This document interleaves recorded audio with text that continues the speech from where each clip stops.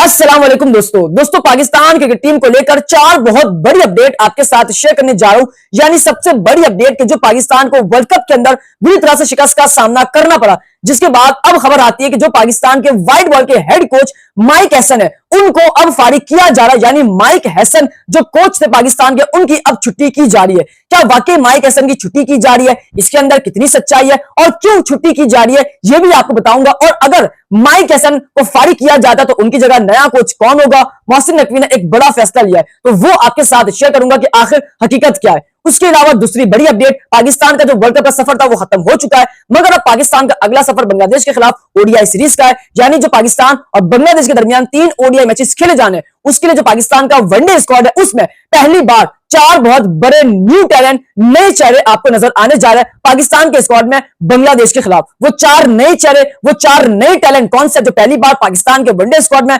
नजर आने जा रहे हैं, वो नाम आपके साथ शेयर करूंगा। उसके अलावा तीसरी बड़ी अपडेट कि जो उमर अकमल है, उन्होंने बाबर आजम के हक में एक बहुत बड़ा बयान जारी किया, जबकि तनकीद करने वालों को उमर अकमल ने करारा जवाब दिया। अब उमर अकमल ने बाबर आजम के हक में क्या बयान जारी किया, वो उमर अकमल का बयान आपके साथ शेयर करूंगा। और चौथी बड़ी अपडेट, पाकिस्तान को वर्ल्ड कप के अंदर बुरी तरह से शिकस्त का सामना करना पड़ा, जिसके बाद पीसीबी ने फैसला किया कि हर खिलाड़ी के ऊपर 50-50 लाख जुर्माना आयद हो गया है। और अब ये 4 नाम, ये 4 खिलाड़ी 50-50 लाख जुर्माना अदा नहीं करेंगे, बाकी सब 50-50 लाख जुर्माना अदा करेंगे। वो 4 नाम कौन से है वो भी आपके साथ शेयर करूंगा।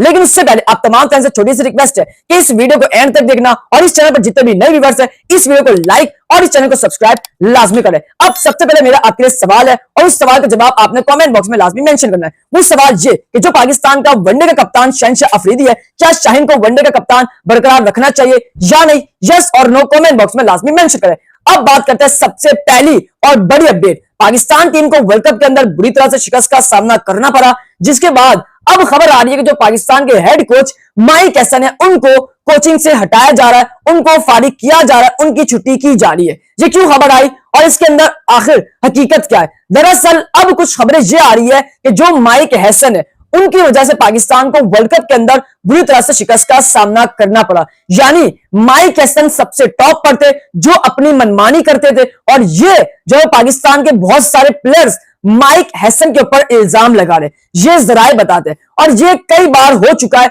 जब भी पाकिस्तान कोई वर्ल्ड कप के अंदर कोई आईसीसी इवेंट के अंदर बुरी तरह से परफॉर्म करता है तो फिर सारे प्लेयर्स एक साथ हो जाते हैं और कोच को अलविदा कर देते हैं। ये पहली बार नहीं हुआ, लेकिन सबसे पहले शुरुआत कहां से होती है? सबसे पहली शुरुआत अलीम डार, जो पाकिस्तान के चीफ सिलेक्शन कमेटी के मेंबर थे, उनसे होती है। यानी परसों आपको याद होगा अलीम डार ने चीफ सिलेक्शन कमेटी की जो जॉब थी उससे रिजाइन कर दिया। क्यों रिजाइन किया? उन्होंने ये कहा कि जो माइक हैसन है वो सिलेक्शन कमेटी के अंदर टॉप पर होते थे, वो अपनी मनमानी करते थे। यानी अलीम डार बाबर आजम और शादाब खान के हक में नहीं थे, मगर माइक हैसन इनके हक में थे और वो वर्ल्ड कप के अंदर ले गए और पाकिस्तान को बुरी तरह से शिकस्त का सामना करना पड़ा। ये अलीम डार ने इल्जाम लगाया। उसके बाद अब पाकिस्तान के दीगर प्लेयर्स इकट्ठा हो गए और माइक हैसन को अलहदा छोड़ दिया। सो अलीम डार से मेरा सिंपल ये सवाल है कि जब आपको मालूम था कि माइक हैसन अपनी मनमानी कर रहे हैं, वो अपने प्लेयर्स लेके जा रहे हैं, तो आपने उस वक्त रिजाइन क्यों नहीं किया? आपने अब रिजाइन क्यों किया?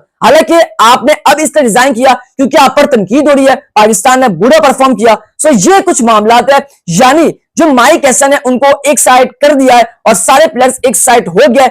एक तरह से ब्लेम लग रहा है माइक हैसन के ऊपर कि उन्होंने पाकिस्तान टीम को हरवाया। अब देखा जाए तो माइक हैसन एक जबरदस्त कोच है, हाँ मानते हैं उनसे कुछ गलतियां हुई है, उन्होंने कुछ गलत फैसले लिए हैं, लेकिन भाई साहब अब आपको यह भी मानना पड़ेगा कि माइक हैसन एक जबरदस्त कोच है। आईपीएल के अंदर आरसीबी के साथ काम कर चुके हैं, न्यूजीलैंड टीम के साथ काम कर चुके हैं और अच्छी तरह से काम करना जानते हैं। सो माइक हैसन को निकालना ये समझ से बाहर है। अगर माइक हैसन को निकाल लिया जाता है तो नया कोच कौन होगा? अब वही खबर ये आ रही है कि रेड बॉल के अंदर मिसबाह-उल-हक को कंसीड किया जा रहा है। अब जब रेड बॉल के अंदर मिसबाह-उल-हक हार है और अभी टी20 हो नहीं रही, ओडीआई सीरीज है, तो ये खबर आएगी कि मिसबाह-उल-हक को ओडीआई का भी कोच बना दिया और फिर रेड बॉल का भी। तो ये अगर आएंगे पाकिस्तान के साबिक खिलाड़ी तो पाकिस्तान का सत्यानाश होगा, तबाह बर्बाद होगी। तो ये खबरें आ रही है कि अगर माइक हैसन को निकाला जाता है, उनको फारिग किया जाता है, तो उनकी जगह मिसबाह-उल-हक सबसे टॉप पर है और उनको लाया जा सकता है रिपोर्ट के मुताबिक, जराये के मुताबिक, क्योंकि मोहसिन नकवी इस वक्त मसरूफ है जो है वजीर दाखिला है। तो ये खबरें आ रही है कुछ पाकिस्तान की टीम के कोच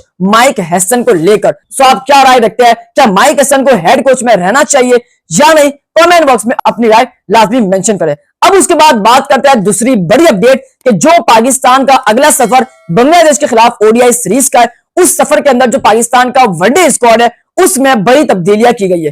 कल खबर आ रही थी कि पाकिस्तान का जो वनडे का स्क्वाड है उसमें साइम, बाबर और नवाज नहीं होंगे, लेकिन अब खबरें कुछ और आ रही है। मतलब सबसे पहला मेरा सवाल पाकिस्तान के बोर्ड या पाकिस्तान की सिलेक्शन कमेटी से कि आप आखिर ऐसे फैसले कैसे और किसके कहने पर करते हैं। मतलब जो जिस फॉर्मेट के अंदर डिजर्व करता है आप उस प्लेयर को उस फॉर्मेट के अंदर नहीं खिलाते। ये एग्जाम्पल मैं आपको देता हूं, सबसे बड़ी एग्जाम्पल सलमान अली आगा की। T20 में डिजर्व नहीं करते और आपने उनको एज अ कप्तान टीम सौंप दी है। शाहीन आफरीदी ओडीआई के अंदर डिजर्व नहीं करते, आपने उनको एज अ कप्तान टीम सौंप दी है। तो ये कहां का इंसाफ है। अब यही मिसाल कल अपडेट आई कि साइम, बाबर और नवाज को निकाला जा रहा है, मगर इसमें दो नाम है, साइम और नवाज, इनको पाकिस्तान के वनडे स्क्वाड से फारिग कर दिया है बांग्लादेश के खिलाफ। मगर जो बाबर आजम है वो होंगे और बाबर आजम को आप कैसे ड्रॉप कर सकते हैं। अब साइम अयूब की रही मिसाल, आपको इनको T20 से ड्रॉप करना चाहिए। इनकी T20 के अंदर परफॉर्मेंस नहीं थी एशिया कप के अंदर, मगर आपने इनको वर्ल्ड कप में बरकरार रखा।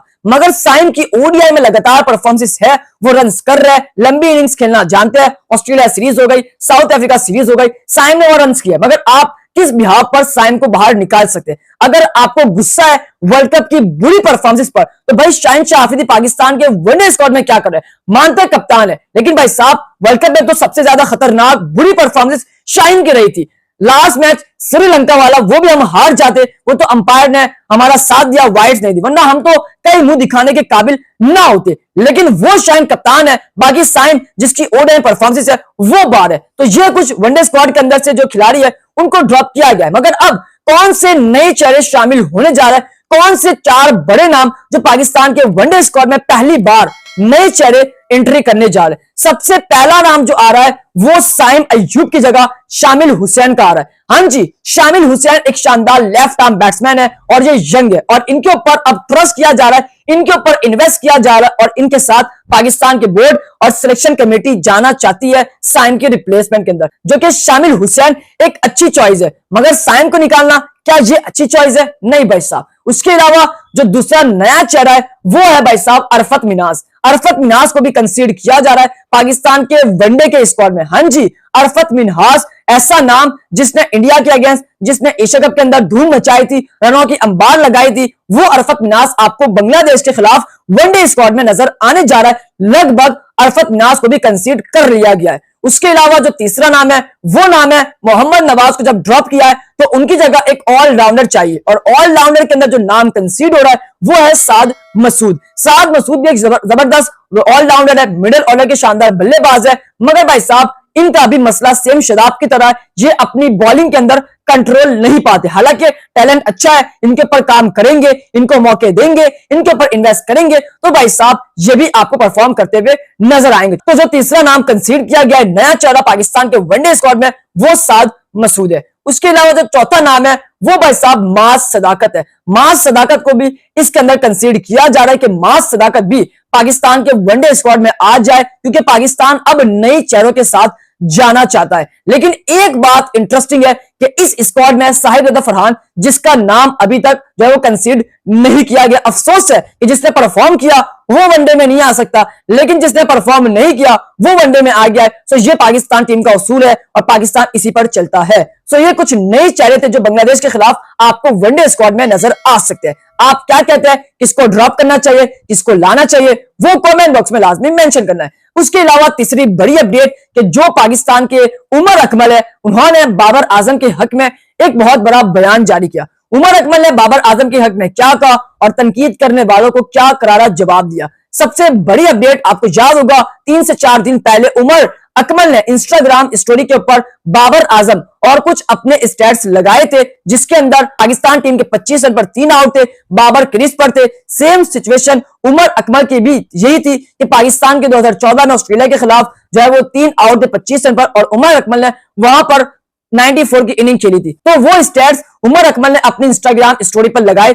जिसके बाद उनको क्रिटिसाइज किया गया, तनकीद का निशाना बनाया गया। मगर उमर अकमल ने अब ऐसा बयान जारी कर दिया कि जो तनकीद करने वाले उनको करारा जवाब मिल गया। उमर अकमल ने बाबर आजम के हक में क्या कहा? उमर अकमल ने यह कहा कि जो मैंने इंस्टाग्राम पर स्टोरी लगाई थी वो दरअसल मुझे एक फैंस ने टैग किया था। यानी हर खिलाड़ी फैंस से जाना जाता है, माना जाता है, और मेरे भी कुछ फैंस है। सो मेरे फैंस ने ये स्टैट्स मुझे टैग किए तो मैंने ये स्टैट्स जो है अपनी स्टोरी पर लगा दिया। हालांकि मकसद मेरा ये नहीं था कि बाबर आजम मेरे से छोटा है या छोटा खिलाड़ी है। उमर अकमल ने ये कहा उल्टा कि भाई मेरा और बाबर का कंपेयर बनता ही नहीं है, बाबर एक जबरदस्त बल्लेबाज है, वो ओपनर है और मैं मिडिल ऑर्डर का बल्लेबाज हूं। सो उमर अकमल ने यह कहा कि बाबर और मेरा कंपेयर बनता नहीं है, बाबर दुनिया का बल्कि पाकिस्तान का, पूरी दुनिया का एक जबरदस्त नंबर 1 खिलाड़ी है, सो मैं उसके साथ कैसे कंपेयर कर सकता हूं, ये उमर अकमल ने कहा। यानी जो हेटर्स थे वो खुश हो गए थे उमर अकमल के स्टैट्स, उमर अकमल की स्टोरी को देखकर। मगर भाई साहब उमर अकमल ने भी आकर करारा जवाब दिया कि बाबर एक जबरदस्त बल्लेबाज है,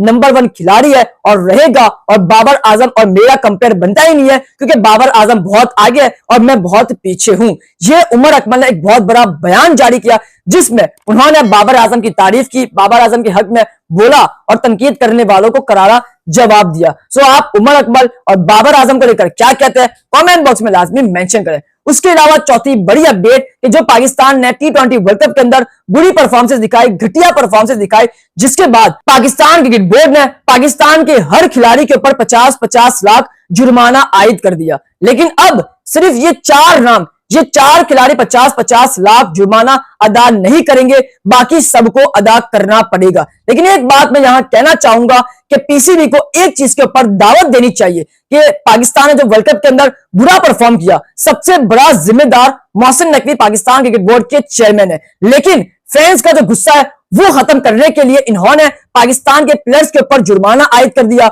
उसके बाद ये खबर आती है कि वनडे स्क्वाड में बाबर, साइम और नवाज नहीं खेलेंगे ताकि सारे फैंस की जो तवज्जो है वो इन चीज पर आ जाए, मोहसिन नकवी से हट जाए। तो ये काम सिर्फ मोहसिन नकवी ही करना जानते हैं। लेकिन मैं आपको बताता चलूं कि कौन से 4 नाम है जो 50-50 लाख जुर्माना अदा नहीं करेंगे, बाकी 11 प्लेयर्स अदा करेंगे। उसमें से सबसे पहला नाम है साहिबजादा फरहान, जिसने T20 वर्ल्ड कप में शानदार परफॉर्म किया, लगातार रन्स बनाए, टॉप रन्स के अंदर वो आ चुके हैं, सबसे ज्यादा छक्के उनके हैं, सेंचुरीज उनकी है। तो ये जुर्माना कैसे अदा कर सकते हैं, हालांकि इन्होंने तो पाकिस्तान टीम के लिए बहुत जान मारी मगर इनका साथ किसी ने नहीं दिया। तो साहिबजादा फरहान ये आपको जुर्माना नहीं देंगे।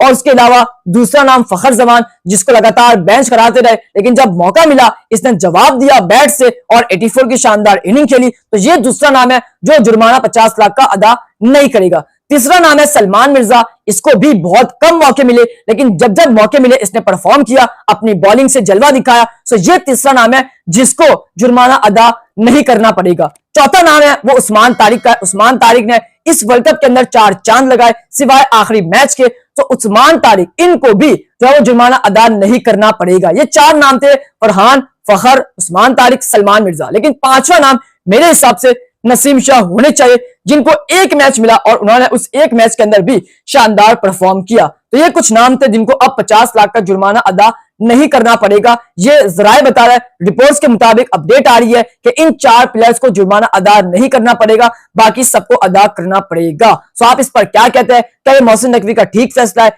या गलत? इस पर आप अपनी राय कमेंट बॉक्स में लाजमी मेंशन करें। ज्यादा से ज्यादा सब्सक्राइब करें, इस वीडियो को लाइक करें, प्यारे से कमेंट करें। उम्मीद करता हूं कि आपको मेरा आज का व्लॉग काफी पसंद आया होगा।